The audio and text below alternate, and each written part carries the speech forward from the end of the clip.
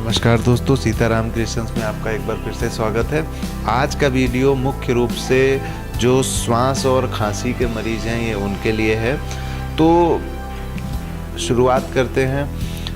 जैसे खांसी का कोई मरीज़ होता है, देखिए खांसी के मरीजों में दो तरह के लोग होते हैं। एक तो जिनको एस्थमा टाइप की प्रॉब्लम ही है, वो लोग तो परमानेंट मरीज़ होते हैं, और कुछ लोग होते हैं जिनको आए दिन कोई इन्फेक्शन की वजह से या ऐसे सर्दी जुकाम की वजह से उनको खांसी आती है। तो दोनों के लिए मैं आज उपाय बताने जा रहा हूँ, इससे आपको निश्चित रूप से लाभ होगा।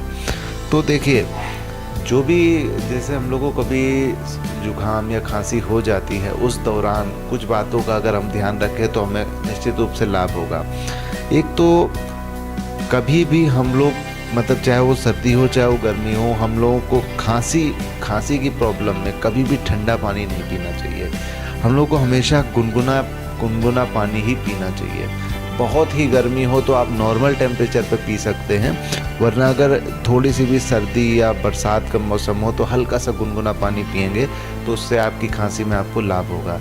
क्योंकि गुनगुना पानी जैसे अपने गले से गुजरता है तो जो गले में चिपका हुआ कफ होता है वो उससे ढीला पड़ जाता है। तो जैसे आप खांसेंगे तो उससे कफ बाहर आ जाएगा, तो उससे भी आपको निश्चित रूप से लाभ मिलेगा।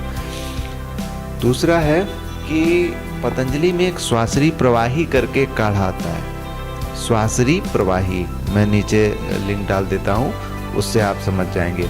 श्वासरी प्रवाही करके काढ़ा आता है। उसमें क्या है कि वो एक पाउडर आपको मिलेगा, 50 रुपये में करीबन होता है, मेरे ख्याल से 50 ग्राम समथिंग। वो काढ़ा आप ले लीजिए पतंजलि शॉप से, और मात्र एक चम्मच आप 1 गिलास पानी में गुड़ के साथ अगर आप उसको उबालेंगे और दिन में 2-3 बार चाय की तरह पिएंगे तो इससे भी आपको खांसी में निश्चित रूप से लाभ मिलेगा। दूसरा, जैसे कुछ लोग होते हैं कि उनको खांसी आती ही रहती है, मतलब रुकी नहीं रही है, इस तरह से खांसी आती है। ऐसा उनके साथ भी ज़्यादा होता है, जैसे जो लोग एसी में बैठते हैं, क्योंकि ठंडी हवा जैसे ही कंठ पे लगती है खांसी आने लगती है। ऐसे लोगों को पहली चीज़ तो थोड़ा एसी से परहेज करें। अगर नहीं कर सकते हैं तो फिर उनको एक लौंग जो है हमेशा चूसते रहेंगे तो उससे उनको लाभ होगा। दूसरा है कि जैसे आपको इम्यूनिटी की प्रॉब्लम है तो मैंने एक वीडियो बनाया भी हुआ है, आप गिलोय ले सकते हैं। गिलोय धनवटी रामदेव की आती है या हिमालय में भी आती है, गुड़ुची करके, वो दोनों चीज़ एक ही होती है। गिलोय आपको लेनी है। गिलोय घनवटी पतंजलि में आती है। एक गोली अगर आप पर डे लेने लगेंगे तो धीरे धीरे करके आपका जो है धीरे धीरे आपकी इम्यूनिटी बूस्ट होने लगेगी और आपका जो स्वास्थ्य है वो सुधरने लगेगा। दूसरा है कि जैसे आपको जब जुकाम है तो उस दौरान आपको कुछ औषधियों की भी ज़रूरत पड़ती है। तो जैसे आप एक शीतोपलादी चूर्ण आता है, बहुत ही इफ़ेक्टिव होता है, ये पतंजलि में आपको मिल जाएगा और बाकी कंपनियों का भी मिलता है। तो शीतोपलादी चूर्ण को अगर 1 चुटकी आप शहद के साथ दिन में 2-3 बार लेंगे, उससे भी आपको लाभ मिलेगा। और जैसे क्या होता है, अब मैं नेचुरोपैथी का भी एक आपको उपाय बताता हूँ। नेचुरोपैथी में अगर आप कहीं नेचुरोपैथी सेंटर से रबर नेती और जल लेती, अगर ये दोनों चीज़ आप अगर सीख लेते हैं तो इससे भी आपको निश्चित रूप से लाभ होगा। दूसरा, इससे यही लाभ नहीं होगा, और भी बहुत सारे लाभ होंगे।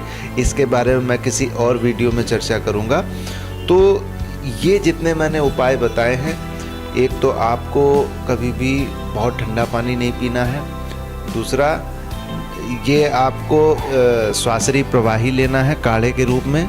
तीसरा है, आपको शीतोपलादी चूर्ण दिन में 2-3 बार लेना है, 1-1 चुटकी शहद के साथ। चौथा है, आप जल नेती रबर नेती अगर सीख लेते हैं तो आपको जुकाम बुखार जैसी ऐसी प्रॉब्लम बहुत ही कम होगी। साथ ही आपके जो सिर दर्द जैसी प्रॉब्लम है, अनिद्रा जैसी प्रॉब्लम है, आंखों का कमज़ोर होना, ये सब प्रॉब्लम भी आपकी दूर होगी। ये बहुत ही नेचुरल है और इफ़ेक्टिव चीज़ है। तो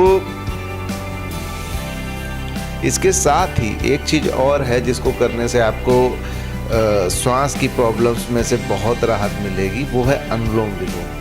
जैसे कुछ लोग होते हैं उनको कपालभाति करने में प्रॉब्लम होती है, उनकी सांस फूलने लगती है, लेकिन अनुलोम विलोम एक ऐसी क्रिया है इसे कोई भी कर सकता है, कभी भी कर सकता है। अनुलोम विलोम के लिए बस क्या है कि बहुत ज़्यादा धूल धक्कड़ वाली जगह पे आप ना करिए। नॉर्मल अगर अपने कमरे में है वहाँ भी आप कर सकते हैं, अगर कहीं थोड़ी सी खुली जगह है वहाँ भी कर सकते हैं।